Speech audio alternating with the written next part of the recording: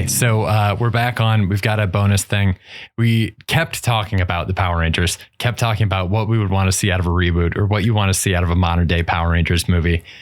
We're just going to try to get down on paper exactly what we would want to see out of one of these movies. Tim, you want to kick it off? Sure. So while we've been covering these two things, these two movies, a couple elements have popped up that we all think would be great. One, 90s. It has to be in the 90s. Lauren, Absolutely. You brought this up. The 90s nostalgia is so powerful in the first one. And it came out in the 90s, so it's not even nostalgia. It's just purely embracing the freedom and like the pure embodiment of what the 90s is in its most pop culture form. Why can't we just reboot this in the 90s? Keep it fun. Totally. Specifically to highlight what Lauren was saying too, it needs to be not like, it's not the point that it's in the 90s. Like, it's not pointing out how absurd facets of the 90s were. It's not giving us like... like, we don't want to be like, oh my God, remember Radio Shack? Oh, how good was Nirvana? Like, Exactly. I move beyond that and just have it exist in the 90s and not in a way that like time travel movies do it. For sure. Like, especially the later seasons of Stranger Things do that really well, where like we're kind of past the big nostalgia factor of the fact that it's based in the 80s. And so they're just existing in the 80s. Yeah. It's super effective. It gives us the tone, but it's not distracting. It's not in any way part of the plot. Kevin, you were talking about how there was going to be a sequel and we're not getting sequels anymore. Yeah. So originally they had, for the 2017 reboot, they had planned, like Haim Saban said, 5, 6 or 7 movies were already in the works. And then the first one was such a financial failure.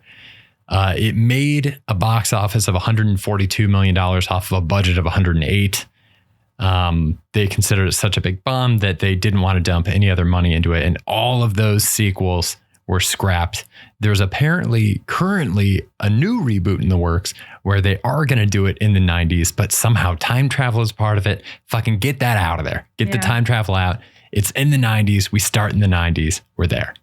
One of the ideas that I pitched, I believe on the podcast, was just leaning into the Breakfast Club thing. Maybe not even leaning into the Breakfast Club thing so much as just having everybody meet in detention. Like, why can't all of these characters just meet in a way where they are all organically meeting as friends instead of all happen to randomly be at this quarry in the middle? I mean, I also don't understand why they can't already have relationships, right? Yeah.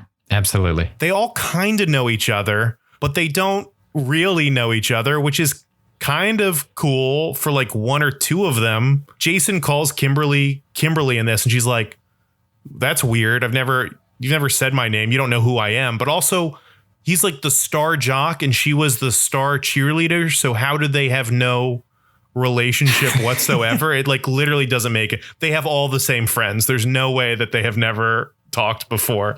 Why can't they just know each other already? I think that. On that same point too, the 2017 reboot had them meeting, like they're all kind of like fuck ups in a way. They're in detention. Everybody has their own like gritty past. In the original series, they were all basically like youth counselors at an after school like community center, helping kids stay active.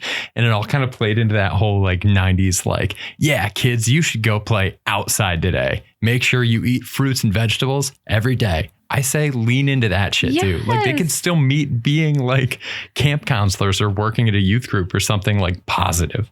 You know? Well, and I'm almost, that makes me realize that I'm kind of tired of like, if we're going to make something about teens, it automatically is like they're troublemakers, they're in detention, and I do like what Tim said about having them all meet in detention if that's what the thing is, because it's like we can see what got them there. It's a really good way to introduce them, but also it could be anything, and it could be something.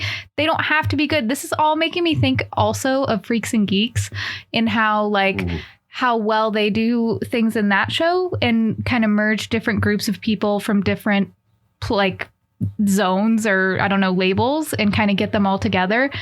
You could do it that way. You could. One thing that I loved about Freaks and Geeks was that Lindsay Weir was good. Like, she was morally good. She was a good sister. She was never mean to her brother. And you get so tired of seeing these things play out over and over again where like siblings hate each other. And it's a similar thing where it's like teens are bad because they're teens and they're angsty and they're going through puberty. And they're like I think it's a fun difference to see them actually be good kids that are like, yeah, youth group counselor, not youth group, but like youth counselor. They do not have to be Christian. Hard disagree. The power of Christ compels them on their missions. We turn this into like a Mormon propaganda. Where But I think that's a fun, refreshing thing to see people. I don't know, because I personally relate more to that because I wasn't like a bad kid. I was a very good, straight and narrow kid. And they don't all have to be that. But to have, again, it's representation. It reminds you that it's okay, in the same way that Lindsay Weir being a nice sister was like, oh, it is possible to be cool and be nice to your brother. Like that, it's a nice thing to see that you don't see very often. For sure. being a good person, I think, is coming back around. Like, it was very cool in the 90s, and I think we're due for just being a good guy. You know, like the Avengers or whatever. It's just like Captain America is like, he's just a good dude. He's out there fighting crime. He's stopping people. He's always going to make the right decisions because he's Captain America. He's just a good dude.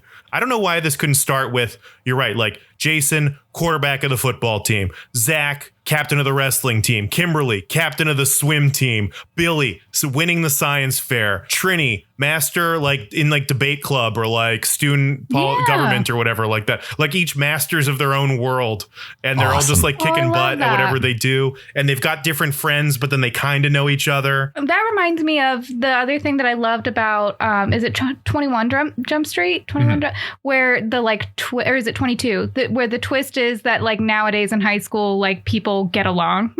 Like 21. Okay. I like that similar thing where it's like, let's stop with the whole like cliques like hating each other. And like my experience in high school was like, I guess lucky, where like people had different groups, but we all were nice to each other. And it was like, even though we do different things, it was like, hey, so-and-so from this club, like I know who you are. It's not like you're so separate that it would be like the movie was, where it's like, you're calling me Kimberly? You don't even know me. Like, it's like you go to the same school. Yeah, I also remember being surprised going to high school and being like, oh, wait, where are the jocks? Or like, where do the bullies sit? I should stay away from the bully table because that's like, and like there were kind of people falling in, you kind of fall into some things, right? Like whenever all the band kids hang out together, but I wasn't ever like, oh yeah, let's go fuck up some band geeks, you know? Yeah. But also like, whatever, how good would it be if we start the movie with like, I don't know, Billy's walking with a trumpet. Someone knocks it down. Jason gets in his face. Like already we've got leadership. We've got character development. Yeah. Whatever. Billy tutors him or something like that. Like, I don't know. That's not groundbreaking by any means, but that still seems like there's more. I guess they kind of do that in the first movie too, or in the other movie, the 2017 movie.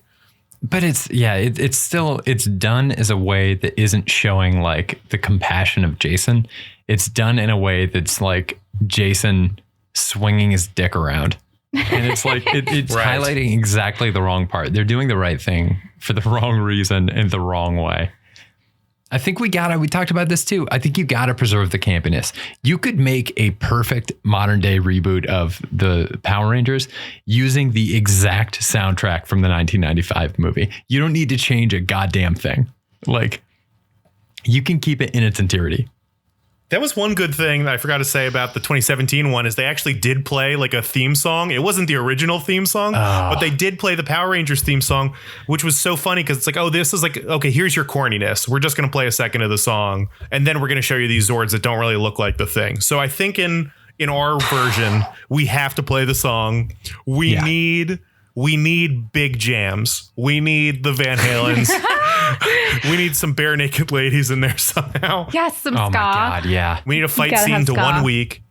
Jock jams. Like we jock need jams all the for jock the action jams on scenes. there. Dude, when they played the theme song in the 2017 movie, it was like they were embarrassed by it. It was like, why are you going to play this if you so clearly don't want to do it? It was a horrible cover. It was so quick. It was like completely out of touch with the rest of the movie. They need to do it loud. They need to do it proud. God, what a waste. Okay, let's see real quick how we write this movie. What's the opening of this thing?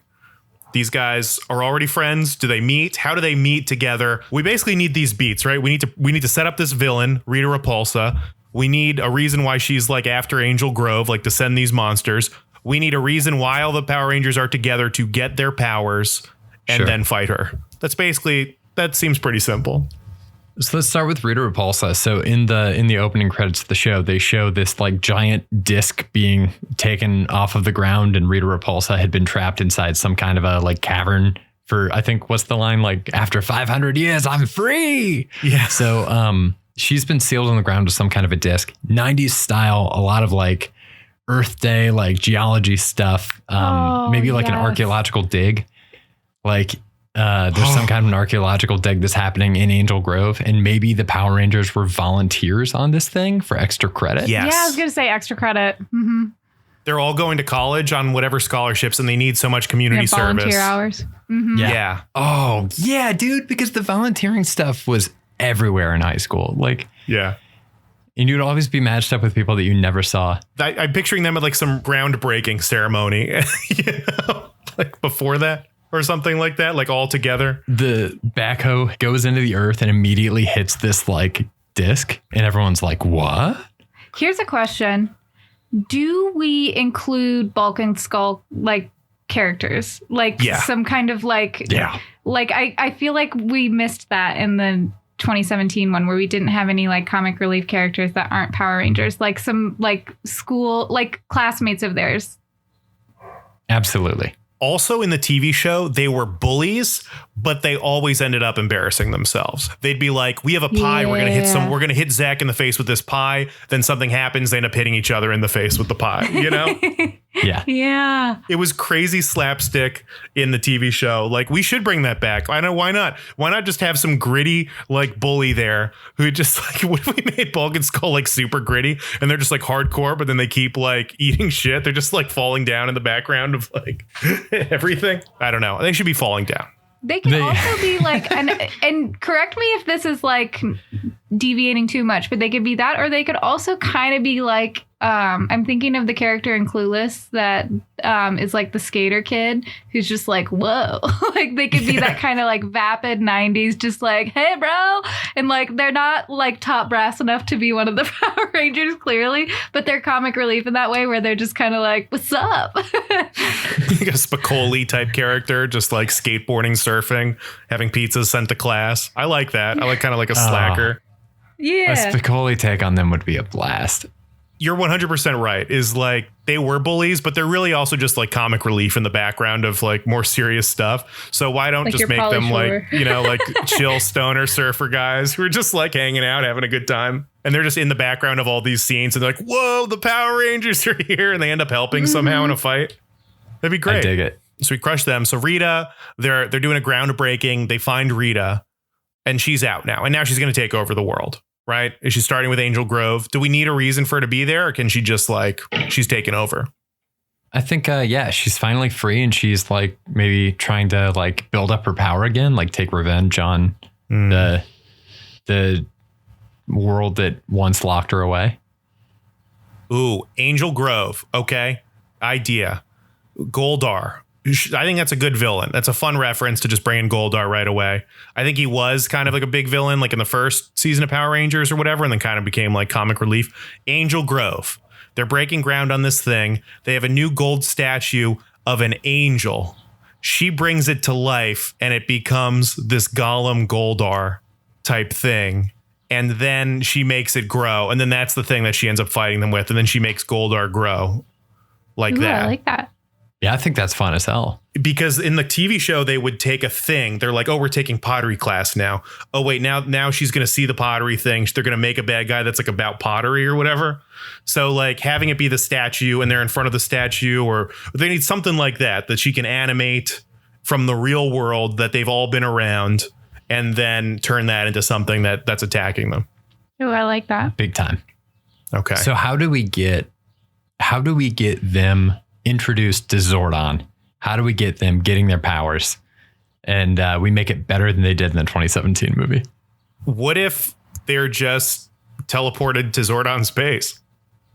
They just get sucked there. I mean, is it too much of a cop out to have, while we're seeing them in high school or whatever, we see Alpha like waking up, Rita's released, we see Alpha 5 come online, and then he's like, oh my God, Rita's out, and then like turns on Zordon. Ooh. And then the whole command center lights up and they're like, Rita's back. My protocols were activated. Rita's back. And like, we need new Rangers. Start looking for candidates. And then they just see these people and like teleport them to the base. You guys are the Power Rangers now. Boom. We're into it. Like, who cares? Like, that's what we want. We just want them to be chosen for something. Ooh. You're onto something there where it doesn't matter that much and who cares. We just want to see them be Power Rangers. And that was a flaw in the 2017 movie, was it just took way too long. I got a pitch. The Power Rangers. Okay, so the groundbreaking happens. They maybe find this seal, but it doesn't open up or anything when the whole public's around it. They just know they're having people come and inspect it from some kind of a federal organization. They made the call or whatever. Most of the people at the archaeological site go home for the day. The Power Rangers stick around because they want to do a little extra work cleaning up. So it's just our core group of Rangers that are there. Something causes the seal to open. Rita comes out. She immediately, they clock like this person is like out of control. This person's a threat. Maybe they try to help her at first. She kind of lashes out. They realize that she's dangerous. They get in her way. They're not going to let her, even though they're just people. They're just mortals, just teenagers. They're not going to let her go harm people in Angel Grove. She lashes out. She's about to kill them with some kind of lightning strike or something. Right as the lightning strike is about to hit them, they're teleported away by Alpha, who has been in like scanning detection mode for, thousands of years, just waiting, scanning the Earth to see if Rita has come back and become free, and detected that they were willing to risk their lives, which means that they must be truly brave warriors worthy of becoming the Power Rangers. Dude, especially if they get their asses handed to them by Rita, and she like punches them and we see like blood and stuff. She just like breaks Billy's arm. Like, if you do a gritty thing where they get just straight up wrecked by this people, and it's like gritty and real, and then they get there and then they get the Power Ranger powers, and like Alpha heals them and then like rehabs them and like sends them back out after her. I think something like that could be really fun. It gives Alpha more of a purpose, too, because Alpha really didn't... He was only there because of the original, like what the Power Rangers were, I felt like, in the 2017 movie. Yeah. And we never talked about the fact that he had a gut. I know, that bugged me so much, Tim. Why did he have a gut? And it's Bill Hader. I thought they really got stars for this. They really thought this was going to be something. They really thought this was going to be a thing. They got Bryan Cranston to play a wall. Which I actually did like that transition from like the 90s to present day, having him come out of the wall like those toys. Yeah. I don't know what they're called, but like instead of being like the Wizard of Oz, he's like a digital like spindly. That was cool. I did kind of like his wall thing. I thought that was pretty neat. So I feel like we have it. I mean, we need like the emotional growth for these guys. We need something that proves that Jason's a leader and all that good stuff. Sure. Inside of all this, we got, ideally we would get hints of what they talked about in the 2017 movie, where each color of Ranger corresponds with some kind of a personality type that determined what color the Ranger they turned into.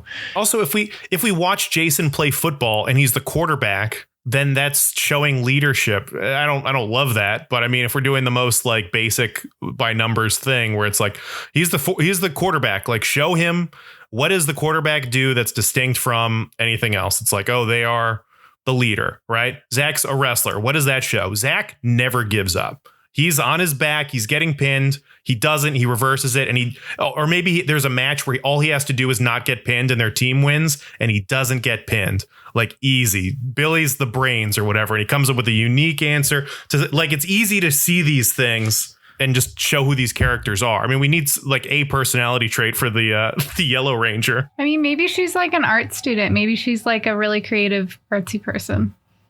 I don't know. I like that. What does that bring to a fighting team? Creativity. Thinking outside the box. So like she's able to like think of better solutions that maybe aren't like the quickest, smartest, logical one that like Billy might notice, but like maybe she's like, why don't we just do this? And then they're like, oh. And then her and Billy together can like build something together. Yeah. Like then the two of them can team up and solve a problem Like for maybe something. she's like good and like does wood shop. Like I'm trying to think of something that's more interesting than just like, painting or something, which I love, but I don't want her to fall into this like really like dainty creative, like she's a girl so she can't like be active. I don't know. Tim riffed the idea of her being like a debate star. I like that. Yeah. I like the idea that like her thing is thinking holistically, thinking differently than other people, and like that she could be this foil that challenges Jason on his decisions, but in a positive way. Yeah. Yes. And then also can kind of relate to enemies too. Like can kind of like flip the script and try to like see what their motivation is. Kind of like Sam did in Winter Falcon. You know what I mean? Big time. She's Sam Wilson. That's great. This is great. So then what is the Pink Ranger? We need a thing for the Pink Ranger. I think swim team was a good that instinctual soccer, call. like, soccer would be great too. Or softball Soccer's or great too, like but then like what's her thing? If it's not leadership, then what does she bring to the table?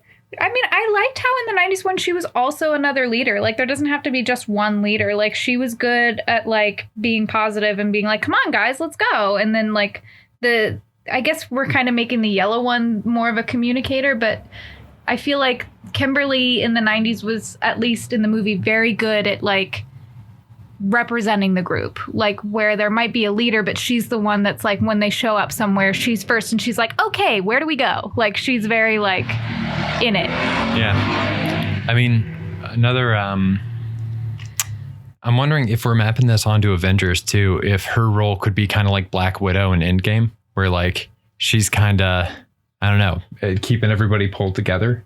Yeah. Like maybe she's the internal heart. I was going to say her name's Kimberly Hart. Like, why can't she just be like the emotional center of the group? Like, I know that's like a whatever, but I mean, even that is something, is like empathy for other people and that kind of things. And I guess Trini's already showing like the understanding of like a villain, but her showing empathy for somebody or like telling the group, like, we have to help these people before we can fight this bad guy. Like, that's good insight. That still shows what her priorities are. Yeah, she could be the moral compass of the group. Yeah, maybe she's like the Steve Rogers as opposed to like the Trini's Sam Wilson. So I think we did it. I think we did it. I think we already wrote a better movie. I think a couple details. We talked about keeping the campiness. I think this, when it comes to the Megazord stuff, number one, I would love for the Megazords to look like the Megazords did, pretty much exactly like the Megazords did in the TV show. I think you can update the materials, but I think like form wise, they should pretty much look identical. I would love to see a super high budget fight scene where it's people in costumes, but the costumes are like really high quality. I want them to invest the amount of money they would invest in a CGI final battle into making the best fight scene between two actors in costumes on a set of Angel Grove possible. I mean, that would be wild. Like, the whole thing is like live action. Like it's live props. I think it'd be great. I think it'd be really cool. This is the weirdest ask that I have. But I mean, it's like a tribute to the original show. All those fight scenes that they do on the original show and in old Godzilla movies and stuff, they look like they could be filmed for about $200. So I just want to know, what does that look like when you dump, $20 million into it? You're right. I'm really curious to see what that would be, what the level would get to, what they could get to by doing like, real effects. That would be awesome. That is one of the things watching all these older things, even Mortal Kombat. It's like, oh, these real effects hold up. Or even like I'm taking from the 90s, like even the way Jurassic Park still looks good. Like it may not have to all be strictly practical, but do it in such a way that it mimics the feel of Jurassic Park. Yeah. I feel like we crushed it. We came up with each character's a unique character trait. They're all already cool. They're doing charity work. They end up at this like dig site, which is part of their charity thing. They uncover something very traditional to the Power Rangers TV show. Unearth Rita. She attacks them. Alpha 5 saves them. Zordon trains them. They go back out there. They save the day. They save the people. They fight Goldar. He grows big. Angel Grove. And then, of course, I think we keep the Tommy stinger at the end. And maybe Tommy can show up as like a bad kid, like the quote unquote bad kid that they end up turning, which as he actually is in like the show, we get a Green Ranger run back. I mean, it's that easy, people. It's that easy. My only question is, like, how do the Power Rangers themselves grow through the course of the movie? That's good. You're right. We need that. That's something that did not exist in the TV show, the original. Right, but it's like they didn't. But that's what we need for it to be modern. But like, yeah, how do we make them grow in this? And I'm almost wondering if it would be fun. And this is kind of a whole different plot point, so it might kind of mess up what we already have. But if there was a reason or a way that you get them needing to embody the qualities of the other, or like missing one, and realizing, like, again, the strength of the team, when you're missing one, you don't have that piece of the puzzle, so you're not the full Power Rangers. And you have other Power Rangers trying to embody that quality, but they can't quite, or I don't know. I think that's a great point. I think it could be teamwork. Yeah. You know, that's the easy example, but I mean, that's what we were talking about in the first episodes, is like the TV show. They all come together and the sum is greater than the individual parts. They're all different Zords, but they all come together to be the Megazord and to defeat evil. And they're a team. So, I mean, you could totally have everybody. They're all hot shit. They're all like, they've all got little egos because they're goody two shoes. One of them's smarter than the other. So then maybe they just kind of like don't really click. And then Jason actually needs to unite them as a leader and like empathize with each of them. And they need to find common ground. Like, then it's building a team. You're taking a bunch of exceptional people and figuring out Avengers style, like how they actually coalesce together. Yeah. And then Jason gets everybody to buy in. We have some moment where then Jason falters and the team picks him up, and you've got an arc. Absolutely. Yeah. It gives us, the first time through it, they fail because they're not working together as a team. They go through the road of trials and everything, Joseph Campbell style. They come out the other side realizing that they're stronger as a team. I think it's Infinity War, where maybe it's Civil War. There's one of the Avengers movies where Tony Stark's like, we'll lose. And Steve Rogers like, then we'll do that together too. Then that's kind of their thing where it's like, they decide toward the end of the movie, 3/4 of the way through the end of the movie, even if this means they're going to lose, they're going to do it as a team. And then that gives them the strength to come through and win. Yeah. And you physically see that in the Zords, right? Like the 2017 version, they all like melt together in lava. But in our version, it's intentional because they have each other's back so much. They've actually become a team. They've stopped caring about their individual accomplishments. They've started watching out for each other.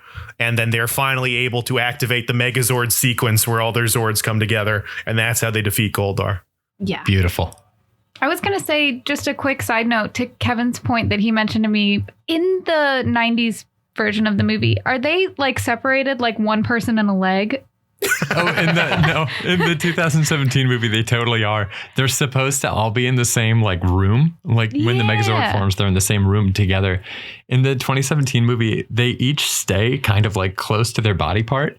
So it ends up with like two of the Rangers basically on like the shoulders of this thing, Jason right in the middle of it. And then I think it's Billy and Zach, one on each thigh. So as this thing is running, they're having a horrible time. So fix that. I only brought that up to mention that, like, keep them all in the core of the Megazord. Like, they don't need to be separate them. together. Totally. Yeah. Yeah, that is like a great, I mean, this whole thing's a great metaphor, but it is an awesome metaphor that in the reboot of this movie, the thing that's supposed to bring them all together still keeps them physically separated from each other. Oh, God. They're together separately. I think we did it. I think this bonus Rewatchables episode was a huge success. Thank you guys for listening. Maybe we'll do more stuff like this. Lauren, again, thank you so much for, putting up with Kevin in the long run and then me for the few hours we filmed this in. So thank you very much. You're a great guest. Thanks so much for having me. I really had a good time. Check out Mess Around Media. Have a good one. Bye, buddy. Bye.